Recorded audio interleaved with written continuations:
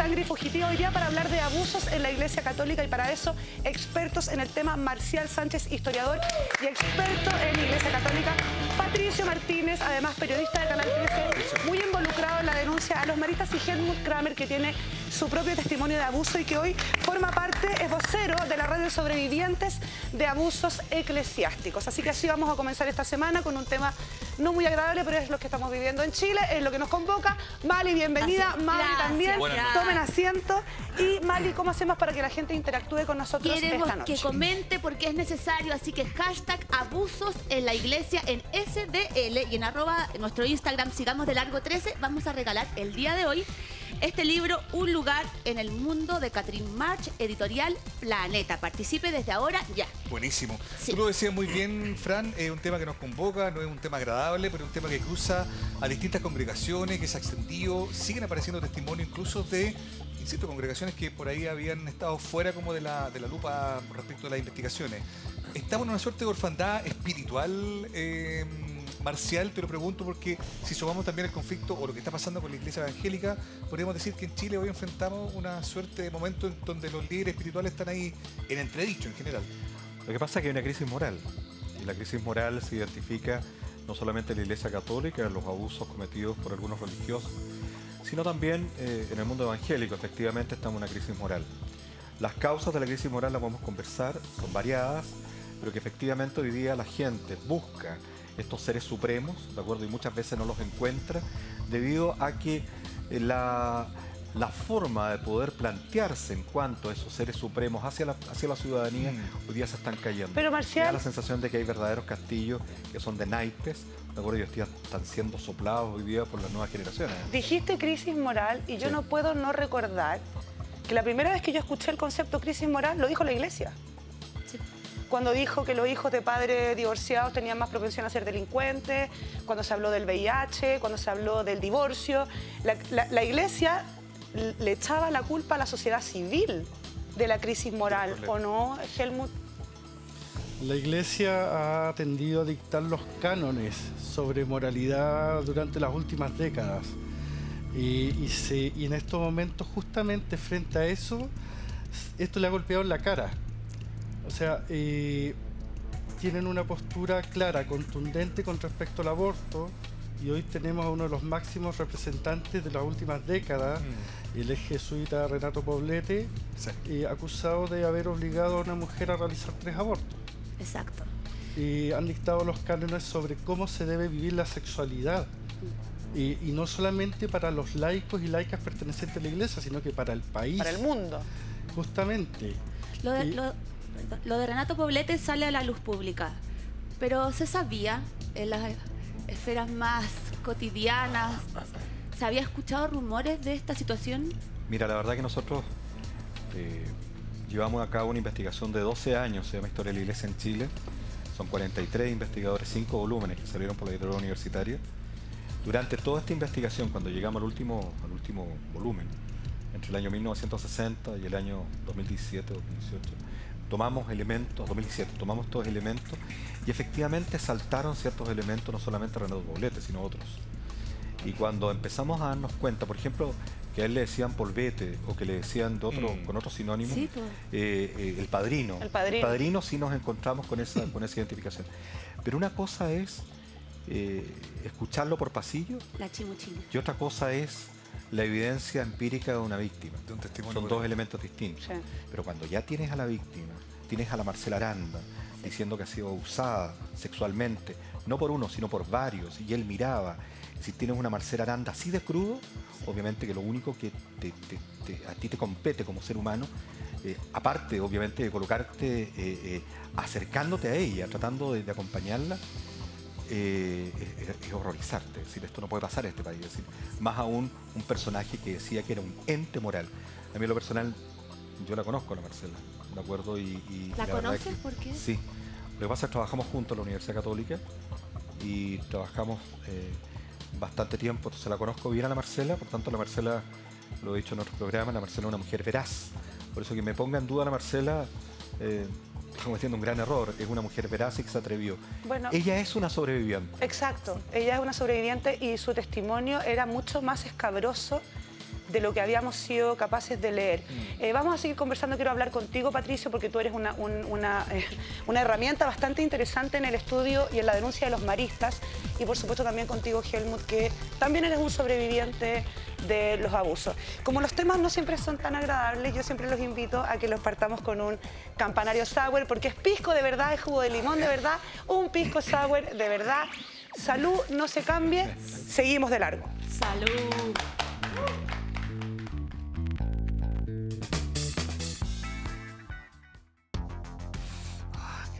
A ver. Oye, ¿tú, Mabri? Miren la sorpresa que les tengo a las reinas del sour, porque esta semana yo tengo muy claro, ustedes van a celebrar como mamá. Oye, entonces, ¿Qué que les eres parece? amoroso, Mabri. Hagamos un salud con nuestro campanario sour. ¿Qué es pisco de verdad, jugo de limón de verdad, un pisco sour de verdad? De verdad. Y les doy un datito. ¿Cuál Dale. sería? Entren al Instagram de nuestro programa y conozcan el concurso que está haciendo Campanario Sour para Mira, celebrar a nuestra mamá como una reina. Como nosotras, como Eso, reinas. Salud, salud. Gracias, Mabri. Feliz pero día. salud. Feliz día.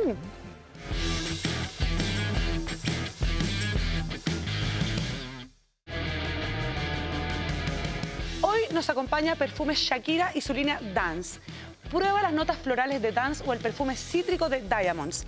También puedes disfrutar el aroma frutal de Alegría o la nueva esencia dulce y femenina de Moonlight. Y a un precio súper conveniente, 19.990 pesos.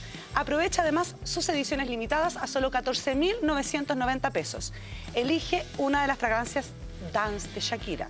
El regalo perfecto para tu mamá. Ya estamos de regreso aquí en Sigamos de Largo hablando de abusos en la Iglesia Católica, que en realidad no importa cuando uno diga esto. En los últimos 5 años podríamos todas las semanas estar dando noticias nuevas sobre esto que en algún tiempo fue la excepción que confirmaba la regla y hoy día es la regla. No sé si están de acuerdo conmigo. Es como que encontrar, para uno, agnóstico, encontrar, no sé, Patricio, tú que has estado investigando, encontrar hoy día un cura que no esté involucrado ya es como raro, ¿no? Yo diría que más que cura, instituciones. Instituciones que probablemente antes ni siquiera nos hubiésemos imaginado que hubiesen estado involucrados en estas cosas. Particularmente en el caso de los maristas, me tocó investigar junto con otro equipo, Paulina Figueroa, por ejemplo, investigar lo que pasó con las denuncias de los maristas. Pero el principal abusador, casualmente yo lo conocí 20 años antes, en un colegio marista, en Rancagua.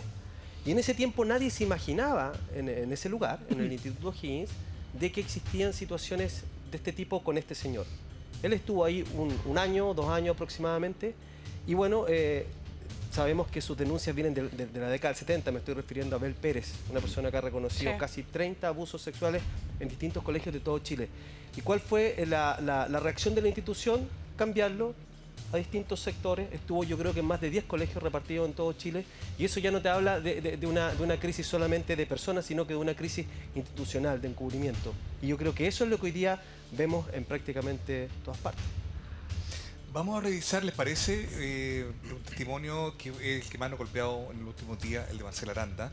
Y creo que también es súper necesario decir, ustedes compartirán, me imagino conmigo, que hay mucha gente que ha cuestionado, comillas, la tardanza, porque ella aparece en este momento de su vida diciendo esto, pero bien sabemos que son procesos muy personales, hay gente que demora mucho y gente que bloquea lo que ha vivido también para poder seguir adelante. Veamos algunas de las frases que más nos impactaron, del que probablemente sea el caso más brutal de los que se ha conocido en Chile. Yo creo que es peor que Caraíba, es peor que John Con O'Reilly. muchísimo detalle, además. Vamos a Y muy escucharlo, explícito. Mauri. Vamos a escucharlo. Vamos a escuchar el audio de la conversación de la Marcela. Él empezó a abusarme sexualmente con mucha violencia. Me llevaba donde otros hombres que eran amigos de él para que me violaran y me pegaran por turnos mientras él miraba. Eso pasó los últimos años del abuso. Eso me despedazó completamente. Yo me sentía una basura. Simplemente fue violencia, no hubo desarrollo, no es algo que fue creciendo, algo así como una relación. Esto no fue una relación, fue una violación, golpes, insultos, eso era lo que él hacía conmigo. Así fue arrasando mi vida y después me decía que no le dijera a nadie porque nadie me iba a creer. Lo más terrible y que me hace sufrir es que él me obligó a abortar y no solo una vez, 3 veces. 3 niños que nunca pude abrazar, arrasados por un hombre abominable. No puede uno sino...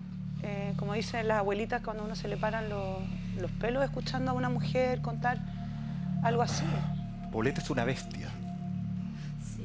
Una bestia es una persona. que abusa de una mujer, ¿de acuerdo? O de un niño, ¿de acuerdo? Sea hombre o mujer, y posteriormente hace misa, es una bestia. Poblete es una persona que no tiene categoría moral, es un amoral, ni siquiera un inmoral. Eso es lo que pasa con Poblete. Cuando uno escucha el testimonio de Marcela, como tú dices muy bien, no pueden no colocarse los pelos de punta. ¿Por qué? Porque somos seres humanos racionales, que estamos acostumbrados también a colocarnos en el dolor del otro. Pero este tipo de personajes No tiene corazón. no tienen esa capacidad. Increíble. Helmut, ¿qué te pasa a ti como víctima de estas personas también cuando escuchas un nuevo testimonio y sobre todo el testimonio ahora de la Marcela? ¿Qué pasa Mira, contigo? Cuando yo escuché el testimonio de Marcela, yo sentí que los jesuitas o la gente que trabajó junto a él se había equivocado en el sobrenombre. O sea, su sobrenombre debió haber sido el monstruo. Yo hace muchos meses atrás había tomado la decisión de no volver a ver reportajes. Nosotros desde la red de sobrevivientes estamos continuamente juntándonos con nuevos denunciantes, tomándonos café, conversando, y es algo que a uno lo va revictimizando en cierta forma, a pesar de que entiende que en el momento de conversar con un nuevo sobreviviente empieza a ayudar un nuevo proceso. Pero en el caso de los reportajes me pasaba a mí personalmente que solamente sentía que recibía algo que a mí me estaba revictimizando. Y por algunas razones tomé la decisión de ver en ese momento el reportaje de Marcela. Y es algo que te deja golpeado por días. Es algo que ver la crudeza de las violaciones, golpes, de cómo ella fue maltratada, fue humillada, y luego ver más encima cómo la congregación jesuita responde: tenemos pena. ¿Sabes qué, Helmut? O sea, yo tengo vergüenza. Solo quería, perdona Mauricio que te interrumpa, porque cada vez es peor. Digamos, uno vio a lo de Caradima y después lo vimos en una película, ficcionado, y ya era un asco. Ahora vemos lo de Poblete. Mi pregunta es, porque hay un área del padre Poblete que sí era una buena persona, que hacía campaña, que se juntaba con los... ¿Puede ser posible que en un ser humano convivan dos energías tan distintas, la de la bestia, como bien lo dices tú, Marcial, y la del benefactor, Patricio? O sea, en la práctica sí o sí. En la práctica yo creo que... Pero con tal nivel de perversión. Bueno, todos estos... o sea, ¿por qué nosotros descubrimos esto ahora? ¿Por qué todos estos casos empiezan a conocerse después del 2010, cuando queda el escándalo con Caradima? Y entonces empieza a haber una reacción de parte de las víctimas de darse cuenta de que en realidad se puede denunciar, de que en realidad todo eso que estuvo escondido en un sótano durante 20 años se puede escarbar y se puede sanar. Y ahí empezamos recién a enterarnos, porque son las propias víctimas que vivieron en privado tal vez o escondido esas situaciones, las que nos están contando lo que pasó. Porque estos señores durante 20 años, 30 años, mantenían una imagen probablemente como el señor Poblete. Helmut, hay cosas que tú puedes reconocer en el testimonio de Marcela Aranda que se pueden conectar con tu propia historia. Lo decíamos antes, ¿no? Esta demora. Yo no puedo entender que haya gente que cree que esto puede ser mentira porque está exponiéndose de una manera brutal. Es contar la peor de tu fractura. Y eso es algo que yo creo que deberíamos aplaudir y no cuestionar. En tu caso en particular, ¿reconoce algo que te identifica? ¿Sabes qué? No en mi caso particular, pero sí en el general de los sobrevivientes. Por ejemplo, hay una frase que a nosotros como red, y que en el momento lo íbamos comentando, nos llamaba mucho la atención porque se repite. Es el reemplazo de la imagen paterna o materna. Sí. Pongo los dos casos porque tenemos el caso, por ejemplo, de la monja Paula, que falleció hace un tiempo atrás. Ajá. Que ella le decía a la monja de las Ursulinas. Justamente, que ella le decía a nuestra amiga que lo denuncia, que ella viene a ser su mamá, viene a reemplazar la imagen paterna. ¿Qué es lo que Poblete le decía a Aranda? Y lo que Caradima le decía a Juan Carlos Cruz. Y es una frase que se repite tranquilamente en el más del 90% de los casos. La manipulación psicológica. Correcto. Emocional. ¿Por qué? Porque acá no es un tema al azar. No es un tema de que el abusador al azar se topa con una víctima, sino que somos elegidos. Y en el caso tuyo, ¿por qué crees que fuiste desgraciadamente un elegido? Porque cumple también ciertas condiciones. una situación familiar no estable, o lo que en ese momento se entendía como estable, Claro. padres separados, etcétera, y un aprovechamiento de una situación que yo estaba en un colegio católico sin ser bautizado y por lo tanto sin haber hecho la primera comunión, donde él me invita a prepararme a hacer las clases de catequesis en forma individual. Muy raro. Los días sábados en el colegio se hacían clases de catequesis masiva, porque yo un día de semana en forma individual. Entonces son ciertas características que se van repitiendo prácticamente en todos los casos. Buscando la vulnerabilidad de la Justamente. víctima, ¿no, Mali? Sí, queremos leer las estadísticas de las víctimas Sí, que hasta pero el día de vamos a hoy seguir. están contabilizadas, por decirlo de alguna manera. Dice, la cantidad de víctimas de abusos sexuales en la Iglesia Católica chilena aumentó a 248. De estos, 131 eran menores de edad cuando ocurrieron los hechos.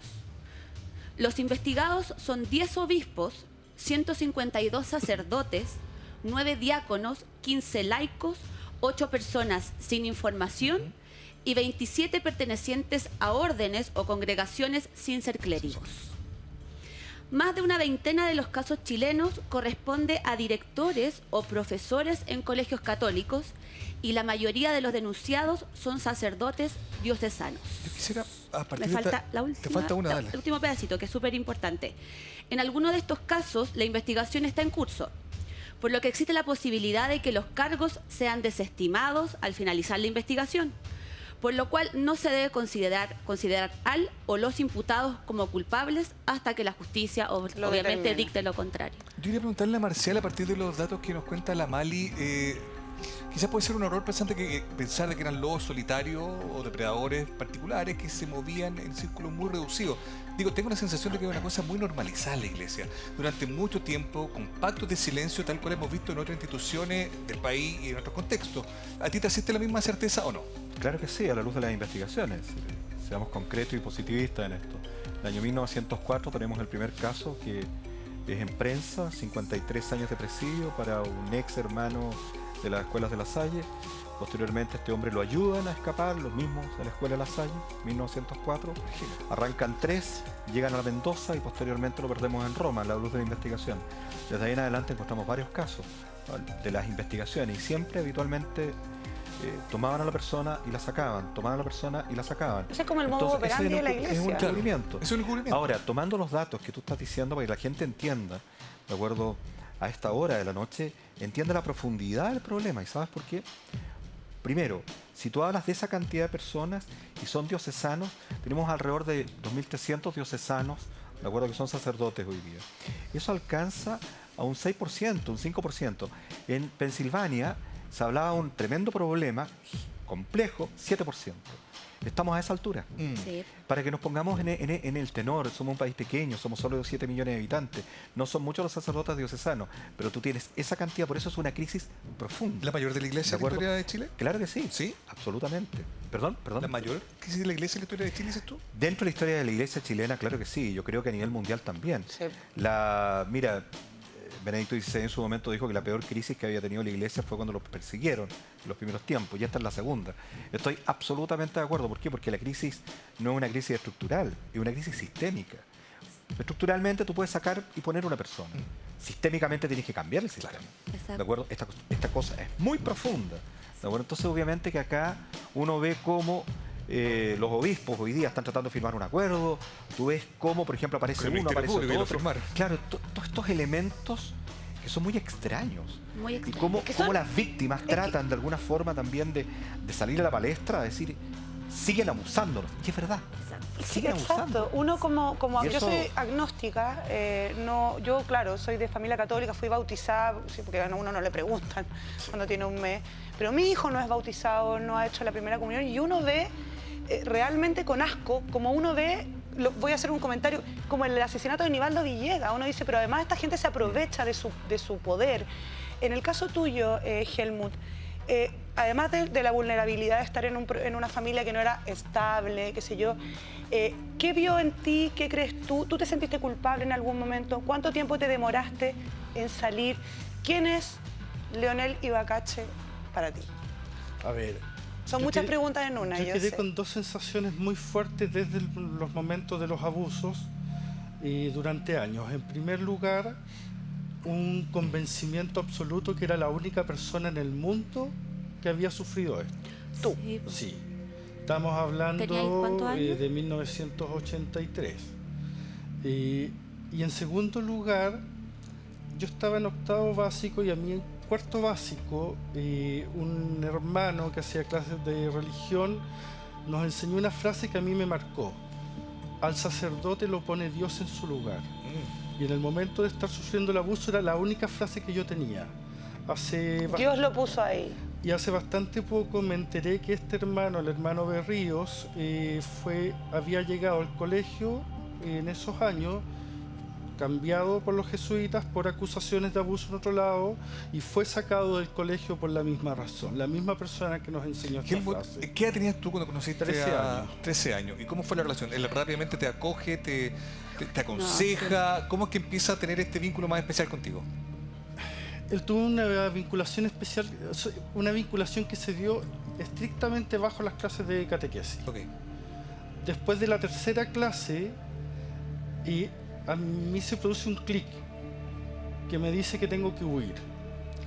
Estamos hablando, el Colegio San Luis es uno de los colegios más importantes de Antofagasta, ocupa casi una cuadra, es un colegio enorme. Okay. Yo hasta cuarto medio huí de él, dentro del colegio, exceptuando finales de octavo básico que él, sin haber vuelto a hablar nada, se me acerca y me dice, bueno, ahora hay que bautizarte y hacer la primera comunión. Y bajo mi cabeza en ese momento, porque yo tenía un convencimiento, yo era un pecador, no estaba bautizado, estaba con pecado original, se acepta. Y me bautiza a mí y a mi hermana, quien no la preparó, porque me mandó a mí a prepararla. ¿Cómo te mandó a ti? Él, cuando me hace la invitación, yo le comento que mi hermana menor no era bautizada tampoco, entendiendo que él nos podía preparar a los dos. Me dice, no, ni un problema. De hecho, lo conversa con mi madre. Ni un problema. Yo te hago las clases a ti solo en privado y tú llegando a tu casa se las transmites a él. ¿Y a tu mamá no le parecía raro? Sí. Pero es que, a ver, entendamos una cosa, en ese tiempo pederastia eran palabras que no existían, abuso. O sea, ¿quién se iba a imaginar? Que el curita de... O sea, si yo hubiese sabido que él, esto fue el año 83, si yo en ese momento hubiese sabido que él a final de los años 60 había abusado de un joven en un colegio jesuita en Puerto Montt, si yo hubiese sabido que más o menos en los mismos años había abusado de otro joven en el colegio San Ignacio del Bosque, si yo en ese momento hubiese sabido todo eso, hoy día no estaría aquí. Más bien si la iglesia lo hubiera informado. Claro. Que es muy distinto que un niño de 3 años tenga que averiguarlo por las propias, ¿no? Helmut, ¿y qué pasó en estas reuniones donde te iba a ayudar con tu catequesis? A ver, ¿cuánto trato duraban las clases en sí? No sé. Pero sí sé que en un momento dado él me ponía de pie y me semidesnudaba, y prefiero en verdad dejarlo ahí, sí, obviamente. Veo la incomodidad que te provoca a ti, Marcial. Sí. Veo la incomodidad que te provoca. Es que me provoca incomodidad porque cuando uno ya ha conocido varios testimonios y ha conversado con muchas víctimas, no tiene cómo emocionarte. Y da no podéis creer. Bueno, sí podéis. ¿Sabéis lo que pasa? Te quiero hacer una pregunta. Porque a mí lo que más me preocupa de esto es que perdamos la capacidad de asombro. Es que es el punto. Que normalicemos esto. En el momento que yo pierda la capacidad de asombro, te consta, yo me paro y me voy. Claro. ¿Me acuerdo? Sí, más que pero ¿qué pasa con la...? Dame un segundo, dime, Patricio. Más que la capacidad de asombro, yo creo que el efecto ha sido contrario. Hoy día estamos atentos. Hoy día esto no se va a normalizar en un colegio. O sea, hoy día existen... las mismas instituciones han creado protocolos que yo no sé si podemos confiar o no en ellos, pero hoy día estamos frente a una población más atenta, apoderados más atentos. Hoy día sabemos lo que pasó. Mira, te voy a decir una cosa, yo tengo un hijo de 13 años, que es la misma edad que tenía Helmut cuando sufrió los abusos. Yo voy a hablar por mí. Yo jamás mandaría a mi hijo a ningún tipo de institución, ni la iglesia, ni los scouts, ni nada donde yo no tuviera la certeza de que no le van a hacer algo. Y eso creo que Mauricio, la Mali, que también son padres, lo compartimos. Hoy día criamos a nuestros hijos con un terror. Sí me gustaría preguntarte en qué momento te diste cuenta que lo que estaba pasando no estaba bien, que era un enemigo con el que estabas. Yo desde el primer momento me di cuenta que algo no estaba bien. Fue en la tercera sesión que tuvimos en que yo de alguna forma tomé la decisión de no volver a esas clases de catequesis. Yo siempre sentí que algo no cuadraba entre alguien que fue puesto por Dios con lo que yo estaba viviendo. De hecho, yo hoy día estoy consciente que inclusive en ese momento yo ni siquiera era capaz de negar que había sido puesto por Dios, a pesar de lo que estaba pasando. Sí, pues era ahí. No podía negar una cosa, no podía ver la contradicción que había. Tenías 13 años. Y es que inclusive es más allá, porque a ver, el abuso, para llegar a un abuso de connotación sexual, es porque hay una situación de poder anterior. Cuando yo he conversado con amigos, con amigas que han sufrido abuso de connotación sexual bajo ambiente eclesiástico, siendo mayores de edad, la situación es exactamente la misma. No cambia. Helmut, y hay algo que es un rasgo que uno puede ver en muchas víctimas, que comillas toman años en poder procesarlo, es que lo ocultan, lo guardan, no lo comparten con nadie. ¿Cómo fue tu caso? ¿Tú le contaste alguna vez a alguien lo que estabas viviendo? Yo vine a hablarlo por primera vez bajo un contexto bien especial a los 19 años. Okay. Y vine a conversarlo con mi familia el año 2002, estamos hablando más o menos Curatá, o sea, las primeras apariciones que se estaban haciendo sobre este tema. Sobre el tema, vine a hablarlo por recién en ¿Cómo fue ese momento a nivel familiar? Estaba en un contexto de familia y dices, yo la verdad es que quiero contar algo. ¿Cómo fue? No, una situación familiar, alguien comenta que le parece que parte de esas acusaciones deben ser verdad, pero que en general lo más probable es que no todas lo sean. Ah, mira tú, qué buena... Y yo ahí le digo, ¿sabes qué? Yo sé que son verdad porque yo lo viví. Yo le digo, yo te recomiendo creer todas estas acusaciones porque me tocó conocer un caso así, tal cual. Okay.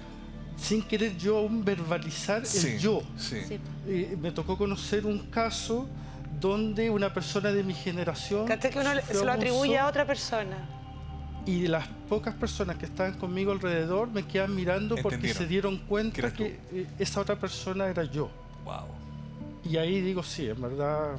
¿Y la reacción cómo fue? Porque lo que tú describes, Helmut, es muy potente, esta como sensación de alguna gente en la época, ¿no? Como, sí, bueno, pero hay algunos casos que deben ser medio chamullentos, no tengo idea. Le gustaban los niñitos al curita.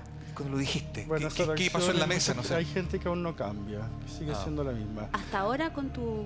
No, a nivel familiar no. Del nivel familiar, desde ese momento hasta el día de hoy, el apoyo de mi familia ha sido restricto. En el momento en que hablo y hoy en día en que yo he dado un paso de víctima a sobreviviente, de sobreviviente a activista, el apoyo de mi familia es absolutamente irrestricto, de todos. Patricio, porque yo insisto, y en este sentido también quiero hacer un pequeño homenaje a la prensa, porque hay muchas cosas en los últimos 10 años que nos hemos enterado a través de la prensa, no a través de la justicia, no a través de las instituciones, a través de un periodista o de un equipo periodístico que decidió contar. El caso Caradima y otros. El caso Caradima, bueno, y ahora varios casos que están en la justicia, que no todos obedecen a la iglesia, pero que tienen que ver con denuncias periodísticas más que judiciales. Cuando tú entrevistaste a las víctimas, ¿sientes que era un poco lo de Helmut? Es lo mismo. Yo hay un patrón que se repite. Escucho a Jaime Concha. Escucho a Jaime Concha, que es el principal denunciante. Evidentemente en contextos distintos, en lugares distintos, pero estamos hablando de un colegio, estamos hablando de citaciones el día sábado, estamos hablando de atenciones especiales. Es lo mismo. Yo creo que quizás era... Bueno, y también en establecimientos educacionales, muchos de estos abusos se dieron ahí. Ahí había un contexto de vulneración mayor. Entonces... Les quiero compartir una foto que me llegó hoy día de un chico que está parado afuera del Colegio San George. Sí. ¿Hoy día ahora? Sí. Hoy día. ¿Lo vieron? Sí. Hace 2 años denunció haber sido abusado por su jefe de scout y el colegio no hizo nada. Entonces a él no le quedó otra alternativa que ir básicamente a inmolarse afuera del colegio con un cartel. Es decir, alguien va a hacer algo. Yo siento que los testimonios de Helmut, en su momento lo de Murillo, Hamilton, Juan Carlos Cruz, ahora el de Marcela, que es lejos el más crudo que uno haya escuchado, permiten que ciertas personas que están en su casa digan, ¿sabéis qué? No me pienso callar más. ¿No? ¿Sabéis lo que pasa? Es que hay otro tema más que tiene que ver con la prensa. Hay muchos periodistas que esto les ha chocado fuerte y duro. Y es bueno decirlo acá. Esto no lo había dicho nunca. En el año 2000, partimos, a mí me tocó la primera vez que me ponen el micrófono como especialista en el tema, el 2017, y fue de los primeros que lanzamos este tremendo petardo. Y empezamos a comunicarlo, las víctimas empezaron a comunicar. Pero hay periodistas aquí que esto les ha chocado tanto que han tenido que dar un paso al costado. Han caído yo conozco a una que cayó en depresión. No podía seguir avanzando. Sí, claro. Era demasiado. Era demasiado grave. Entonces, yo creo que la prensa, claro que tiene, hasta el día de hoy. Yo le agradezco a la prensa en lo personal mucho, ¿de acuerdo? No el micrófono, sino la capacidad seria de la veracidad y la búsqueda de la verdad. Yo creo que es clave. Yo creo que el trabajo que hiciste tú, ¿de acuerdo? Son trabajos que son fundamentales para poder entender un hecho en un momento. Y nosotros desde la academia colocamos el proceso. Y ustedes colocan, obviamente, esta mugre, este insumo que hay ahí. La que estaba escondida bajo la alfombra, pues hay que sacarla, ¿no? Patricio, cuando se dijo eso hace un tiempo atrás, que había que sacar toda la mugre bajo la alfombra. Patricio, tú eres parte de los periodistas que está haciendo esta pega. ¿Qué pasó contigo? ¿Entrevistaste a Hernán Martínez? ¿Una víctima también? Entrevisté a Hernán Martínez. Después hubo un tema respecto de su denuncia que algunas cosas las pusieron en duda, pero ahí pasó algo muy importante, porque Hernán Martínez es quien va a hablar a la congregación de los maristas, acá en Santiago, a la Casa Central, y dice, ojo que tenemos esta cantidad de denunciantes. Ellos también se enteraron en una reunión. Se juntaron varios alumnos después de 10 años, claro. Y me confesó que entre medio de unos tragos y todo, uno, digamos, reconoce de que le había pasado algo con una persona puntualmente. Y ahí otro salta y otro dice, y ahí se empieza, digamos, a develar esto de personas que vivieron abusos 10, 20 años atrás. Él después de esto empieza a avanzar y va a la congregación de los maristas y entrega unos nombres. Él es Abel Pérez, el principal denunciado. Más de tenemos 20 una... casos. Lo tenemos, Patricia, mira. Nos pusimos a corregir las pruebas, había una prueba tipo, qué sé yo. Y él con su estilo de siempre de amistad, digamos, de amistoso, con cariño en la espalda, con cariño en la cabeza. Hasta que llegó un momento que empezó a hacer cariño en la pierna. La verdad, las cosas que no me pareció nada raro, pero cuando ya dejó la mano en mi pierna y comenzó a correrla hacia mis genitales, fue donde yo sencillamente me paré, le dije que tenía que hacer y me fui. Aquí hubo tocaciones, hubo masturbación, hubo sexo oral. Son 40 años que él ejerció y tuvo contacto con menores. 40 años. Yo no sé si son 14 casos. No sé. Patricio, te quería preguntar algo que yo creo que tú puedes responder bien, porque hay un rasgo común en algunos casos, como por ejemplo Caradima, John O'Reilly, Poblete, hombres grandes recaudadores para distintas congregaciones, hombres con protección, poderosos, con vínculos con empresarios, con vínculos con políticos. En el caso de este cura en particular, ¿tú sientes que también había una sensación, una red de protección que permitía que esto pasara sin que tuviera mucho riesgo de ser descubierto? Él no ejercía un rol directivo dentro de la institución. Él era un profesor de álgebra, de matemáticas, pero había otro elemento en este caso, porque, y que yo creo que también se reitera en otras instituciones, que tiene que ver con una misericordia malentendida.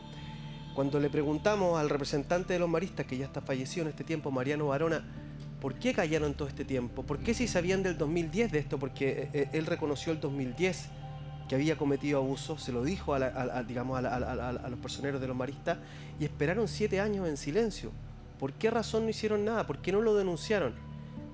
Y me recuerdo que él dijo, no fue la palabra exacta misericordia, pero lo que dio a entender es que por la situación del hermano, eso fue exactamente La situación del hermano. por la situación del hermano. ¿Y qué hermano? El hermano Abel. Y la situación Ellos del se ven niño. como pares y el resto... Del lado victimario, no de la víctima. Claro, o sea, los otros 14 Ahora, niños que él mismo reconoció daban lo mismo. Reubicar curas en la iglesia es de las costumbres más antiguas que tiene la iglesia. O sea, en mi colegio estaba el cura Tato. Yo me confirmé con el cura Tato. Pero el cura Tato venía no de denuncias de pedofilia ni nada, pero sí de tener relaciones con alumnas de diferentes colegios del sector oriente de la capital. Y lo que hacían era cambiarlo de lugar. Sí, po. Entonces, esto es un clásico. ¿Sabes lo que pasa? Lo sigue haciendo Y la el cura iglesia. Tato además no cae preso por los abusos que No, cometió no, en Villa María ni en el norte, sino cometió por los abusos en Quilicura. En una casa de gente mucho más humilde. Mucho Mi más pregunta humilde. es, ¿la iglesia sigue haciendo este tipo de cosas de reubicar a los curas? Porque ya voy a conversar contigo sobre este supuesto acuerdo que se está firmando entre el Ministerio Público Se firmó. y bueno, que se firmó, pero que parece que no. Lo que te pregunto es, ¿todavía existe este sistema de andar cambiando al cura? Súper simple. En el año 2002, cuando aparece el tema de Boston, ¿de acuerdo? Hay un impacto a nivel de la Iglesia Católica en general. De ahí en adelante empiezan a generarse protocolos internos que tienen que ver con este tema, porque en Boston es el primer lugar que te empiezas a dar cuenta cómo empiezan a moverse. Cuando empieza Salta acá en Chile, cuando ya empieza a reventar en Chile, porque obviamente esto empieza del 2002 en adelante, 2003, es la primera denuncia que ahora 2003, 2004, 2007. 2007 lo hacen que sea verosímil, entre el 2003 y el 2007, la persona que no investigó hizo que siguieran abusando. ¿De acuerdo? Ese personaje se llama, ¿de acuerdo? El cardenal de la época, recuerdo que es Errázuriz. Entonces cuando tú te pones en ese plano, tú dices... ¿qué hicieron con estos personajes? Claro que los cambiaban. Tú tomas a Laplanche, por ejemplo, un abusador, cometía un abuso, lo cambiaban. Cometía un abuso, lo cambiaban.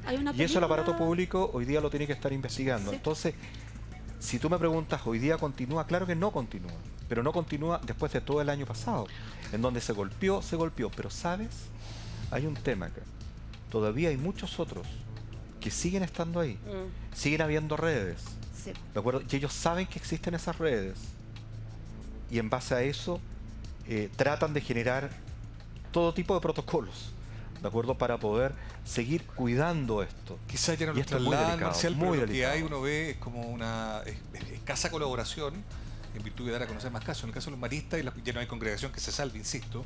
Uno tiende a pensar, Patricio, no sé cómo lo ves tú, de que, claro, mientras más casos se autodenuncien, de la misma iglesia da a conocer, digamos, ¿no? Se abre la posibilidad de que tengan que ser indemnizados. Y ahí si les toca en el bolsillo, probablemente hay un tema más de fondo. Pero hay un juego entre medio. Lo que pasa es que ellos hacen antes una investigación para ver la verosimilitud, una investigación interna. Es como que claro. nosotros nos autoinvestigáramos Claro. y entre medio empiezan a pasar los plazos de prescripción. Exacto. Y empiezan a pasar, se empiezan a perder las pruebas. Hay- Y empieza... ¿Cuántos años son? Por eso es que la ley Los de sexos- imprescriptibilidad en abusos sexuales. Claro, no sé, en este caso, dependiendo del tipo de abuso, yo entiendo que son entre 10 y 5 años, si es abuso, si es violación. Súper. Pero en el fondo, mientras ellos hacen esta investigación, La que demora dura tiene un cuántos años... objeto, digamos. Claro, Delatar para finalmente que- tiene esta demora. Y aparte que si yo tengo una denuncia respecto de hechos que son verosímiles, que son creíbles, o el deber de cualquier persona, sobre todo de una autoridad moral, es darlo a conocer a la justicia. Y entre medio de que ellos determinan eso, Se pasó no el pasa tiempo. nada. Y el señor, por decirle de alguna manera, Sí. Abel Pérez, ¿dónde está hoy Fue día? expulsado. Fue Expulsado, pero ¿dónde está?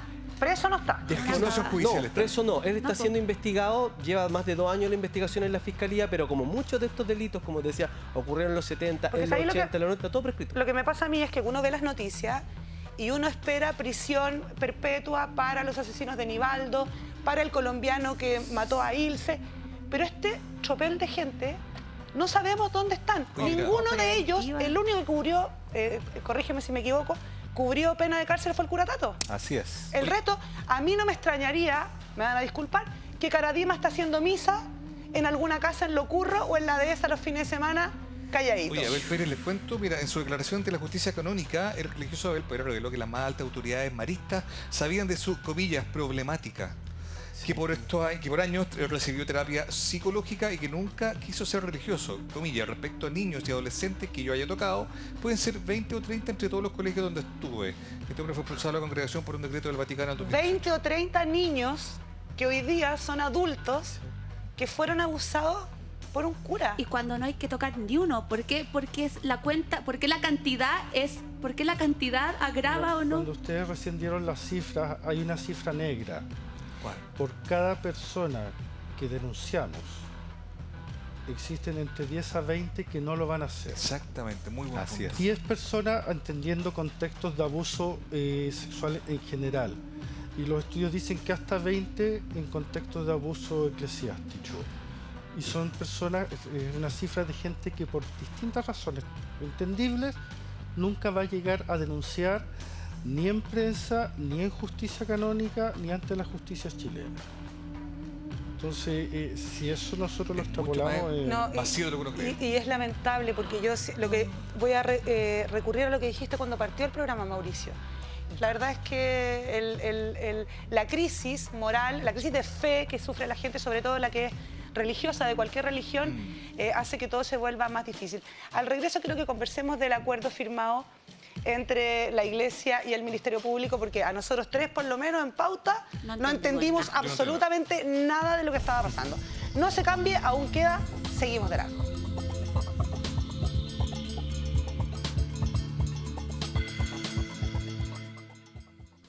¿Sabes cómo hacer para que todo quede más fresco?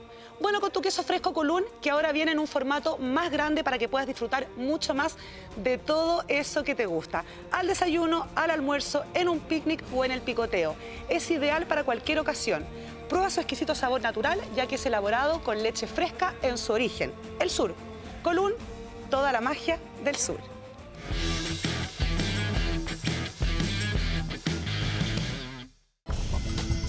Ya estamos de regreso aquí en Sigamos de Largo. Estábamos conversando con Patricio, con Marcial, con Helmut sobre las cosas que nos habíamos ido enterando, que al final lo que yo decía, menos mal que no hemos perdido la capacidad de asombro, Mauricio, porque si no ya...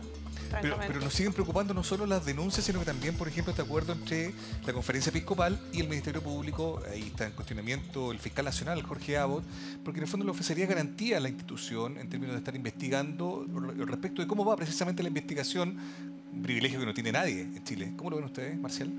Yo, mira, la verdad que históricamente el Estado de Chile no ha firmado acuerdos con la Iglesia desde 1925 en adelante que se separaron. El Estado laico. Por tanto, yo dije, este es un Estado laico en su momento, ¿de acuerdo? Es un acuerdo que no tiene ningún asidero histórico real. Si yo reviso el acuerdo, son 17 páginas. En las 17 páginas hay un elemento, por ejemplo, que suena bastante inconstitucional, que tiene que ver porque somos todos iguales ante la ley. Da la sensación de aquí que hay una entidad privada, que es la Iglesia Católica, que tendría otro trato ante la ley. Tengo entendido que Abbott dio respuesta a eso. Tú lo puedes explicar eso después en la reunión. Helmut, tú estás como bien involucrado en eso, ¿no? Sí, participamos el día viernes en la tarde y en conjunto la Fundación para la Confianza con la Red de Sobrevivientes de Abuso Eclesiástico. Entiendo que la Fundación para la Confianza no está nada de acuerdo con este proyecto. Los dos grupos participamos en bloque. Ajá. ¿Qué te parece a ti? En una reunión con el fiscal Abbott, donde le planteamos nuestra postura frente al acuerdo y el porqué de nuestra postura. El rechazo. Un rechazo absoluto, y le pedimos que se anulara en forma inmediata. ¿Qué son las cosas que ustedes rechazan, para que la gente entienda? Es que tiene que ver con un tema de génesis y de fondo, sin ir a punto por punto.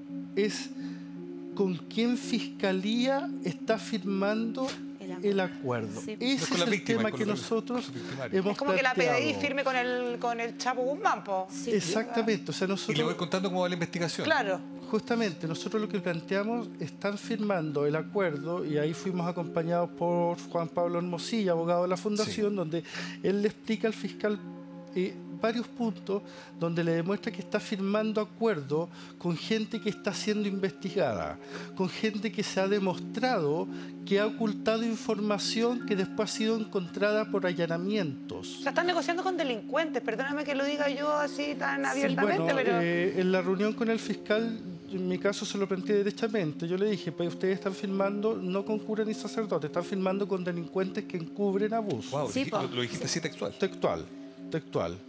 Eso por un lado. Pero por otro lado, que se lo planteamos ya desde la Red de Sobrevivientes, la Red de Sobrevivientes ha hecho llamados públicos a todos los sobrevivientes y a toda gente que conozca información a ir a Fiscalía. A denunciar. Hemos avalado el trabajo que venía haciendo Fiscalía. Y hoy, ¿qué dice esa gente? Oye, me están invitando a entregar información a los que firman un convenio con los acusados. Sí. Y eso nos parece gravísimo. ¿Sabes qué hay? Perdón. Mi abuelito, que en paz descanse, Hay diría otro- esto es la cueca en pelota. Sí, po. Oye, disculpa, Helmut, pero hay otro tema importante que tiene que ver con la génesis. ¿Quiénes son los que arman el acuerdo a la luz de la iglesia? Es decir, Ana María Celis, ¿de acuerdo? El obispo Ramos, en fin. Es un grupo que lleva ya hace mucho tiempo en esto. Eso es lo primero que hay que tenerlo en cuenta. Pero sabes que hay un portal, si ustedes me permiten nombrarlo, hay un Por portal que se supuesto. llama Kairos News. Y Kairos News da cuenta de cómo fue la reunión, pero da cuenta de algo que se ha hablado poco. Conferre, que es el grupo que aglutina a todos los grupos, es decir, a todas las órdenes y las congregaciones del país, Conferre, no estaba al tanto. No estaba, pero tú puedes leerlo en Kairos News. Aníbal, que es el periodista, dice, no estaban al tanto. Y más aún, dice que pone en duda que los Sagrados Corazones firmen, que los jesuitas firmen, porque no estaban al tanto. Entonces, al no estar al tanto, solamente estaban al tanto ¿quiénes? Los que firmaron ahí. Y eso, entonces, es una situación que trae, por eso es la génesis, lo que dices tú muy bien, es decir, es una situación que trae muchas preguntas, Pero, ¿de acuerdo? Más que respuestas por ahora. ¿Qué quieren? ¿Es una situación desesperada? ¿Qué es lo que busca el acuerdo finalmente? Inicialmente, y también se lo planteamos al fiscal el día viernes, por parte de la conferencia episcopal, un lavado de imagen. Exacto. Partiendo por ahí. Y ahí hay que ir sumando cosas que han ido sucediendo. Se firma este convenio. Nosotros, saliendo de esa reunión, pasamos a tomar un café y pues nos llega la noticia de que el fiscal Arias, 8 días antes, le había avisado a Abbott que iba a formalizar a Errázuriz Esati. Pero- Otro punto que es importante tener en Que cuenta. hoy día está suspendido el fiscal. Es que ahora, ¿cachai? Que nos Ahora, metemos en justo ahora otro lo tema, Hoy día lo que es suspendieron. el tema de Rancagua, entonces es como que está todo mezclado aquí. Pero el día ¿no? Abbott suspendió a Emiliano Arias. Correcto. Claro. Pero hay otra arista más que nosotros también se lo planteamos en ese día al fiscal. En este momento se está discutiendo en el Congreso una ley que los va a obligar a ellos a denunciar aún sabiendo bajo secreto confesión. Ya la Sí, bueno, conferencia ya estaba episcopal bueno ha ya. dicho públicamente que en caso de ser aprobada esta ley, ellos no van a respetarla. O sea, Es estoy firmando Como la objeción de como conciencia. estoy firmando como fiscalía un convenio con alguien que me está diciendo en prensa que no va a respetar, respetar no lo va la a ley. respetar. Sí, pues. Sí, además que es transversal el rechazo, porque yo he visto O sea, de los mismos fiscales. diputados y senadores, Lo van a llamar a consulta. claro, a imagínate, Jorge de Abbott, diputados a senadores de Parlamento. izquierda a, no sé, a derecha, es decir, y la vi al obispo No sé, pero- Sandón, es decir, perdona, al senador Sandón, es decir, con un Twitter esto es inconstitucional. Pero, es decir, Patricio, Y no hay mayor Tú ya tienes- instancia de intimidad entre un fiel y el cura que la confesión. Es más, yo recuerdo de mis épocas de niña que uno se confiesa arrodillado, en un lugar privado, es decir, o sea, el cura puede argumentar secreto de confesión de todo lo que pasó mientras se Sí, confesaba perdona, la persona. Han habido ¿cachai? abusos que se han descrito justamente en el momento de la De la confesión, es cuando uno es más vulnerable. Por supuesto, por supuesto. sí, pero me gustaría aclarar un poco el tema de la confesión. Yo creo que, bueno, el derecho canónico, porque el que se rige la Iglesia Católica, ¿de acuerdo? Tiene, obviamente, que el secreto de confesión es excomunión, es decir, si una persona o un sacerdote da cuenta del secreto, sale del estado porque lo van a excomulgar.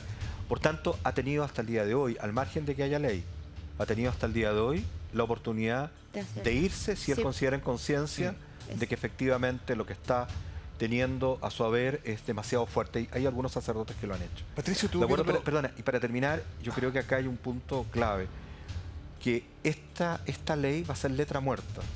Va a ser letra muerta si es que efectivamente todos los sacerdotes asumen ese código que lo van a asumir. Exacto. Ya pasó en Australia, Sí. ¿de acuerdo? Por lo tanto, estamos frente a una situación bastante compleja en un Estado laico. Es un club muy cerrado. Claro, Patricio, y desde el mundo de la prensa, digamos, que también ha sido súper clave, tal cual lo decía la Fran, en dar a conocer estos casos, ¿te parece a ti que las señales que da la Iglesia en ese sentido son equivocadas? Porque en el momento en que se le exige más transparencia, lo que parece buscar con estos acuerdos, estos intentos de acuerdo, es seguir teniendo un control sobre la información respecto a lo que pasa Claro, al porque interior. si tú analizas esto, es una reiteración de muchas normas que ya están explícitas. O sea, hay casos en que las personas están obligadas a denunciar. Por ejemplo, el director de un colegio católico tiene que dar a conocer los delitos que se hayan cometido ahí, los profesores, etcétera. Hace una reiteración de esas cosas que ya están en la ley. No impone obligaciones nuevas a los sacerdotes.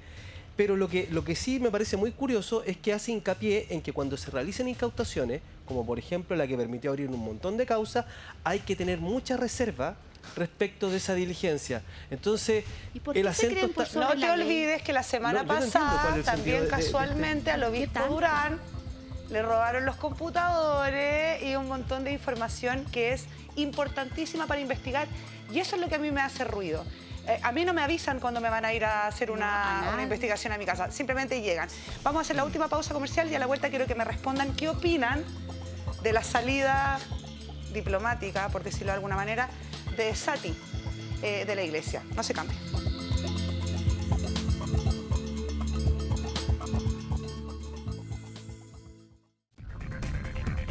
Bueno, ya estamos de regreso aquí día lunes, bueno, ya martes, Sigamos de Largo, para ir cerrando esta conversación interesante sobre lo que hemos visto los últimos años, pero las últimas semanas ya bastante más con respecto a la Iglesia Católica. Como decía Mauricio, al principio eran excepciones que confirmaban la regla, los jesuitas miraban todo esto desde un palco, hasta que incluso ocurrió ahí. ¿Qué les parece la reacción de la comunidad frente a Esati?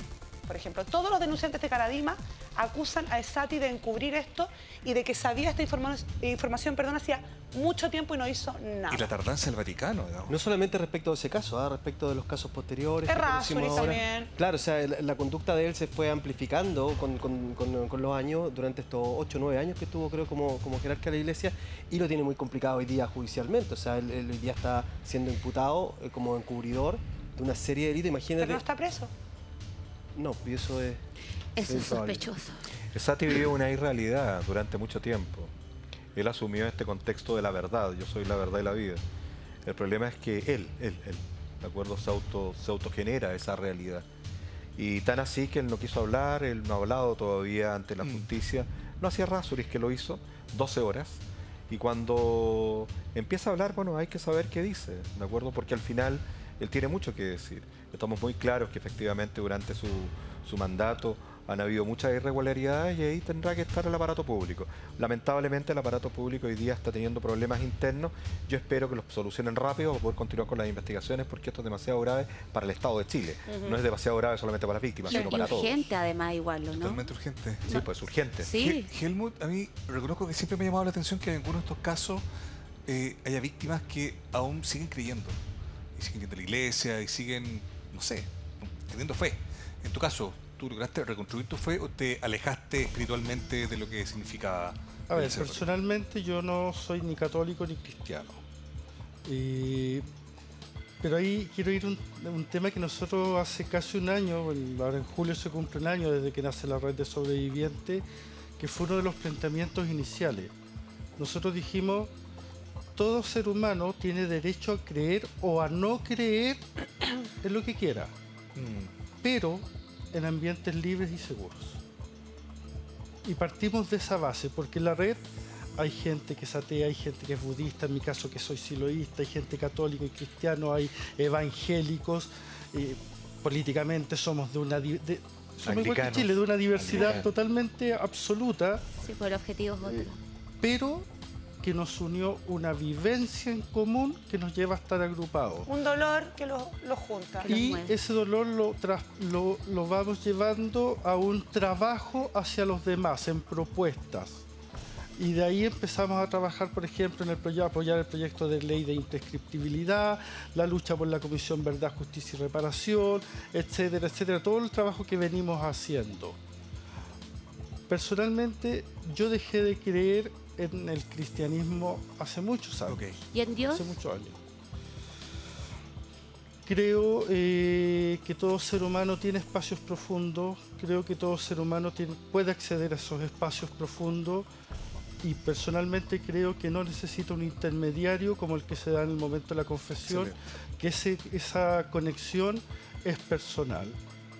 Yo me pasa por lo menos 2 veces a la semana, que siento que el programa debería durar 1 hora más porque nos quedamos con tantas preguntas, con tantas dudas. Mi opinión personal es que cualquier ser humano no está ajeno a la justicia. No importa si eres cura, si eres político, si eres diputado, si eres senador, si eres profesor. Si tú cometes un delito tienes que tener las mismas penas que cualquier ser humano. La iglesia se convirtió en un caldo de cultivo para gente que decía, puedo cometer delitos porque no me va a pasar nada. Muchas gracias, Patricio, muchas gracias, Marcial, espero verlo pronto. A ti también, Helmut, muchas gracias por tu testimonio. Pero mañana queremos estar un poco más felices, La Madre. libertad, la posibilidad de elegir quién uno es. Eso es una libertad. Elige ser feliz. ¿Y con quién vamos a hablar de eso? Con Pilar Sordo y Enzo Ñeco vamos a tener un gran programa, así que no se lo pueden perder porque mañana... Contrólate mañana, seguimos de largo. Mañana seguimos de largo. Gracias por la sintonía. Nos vemos. Nos vemos.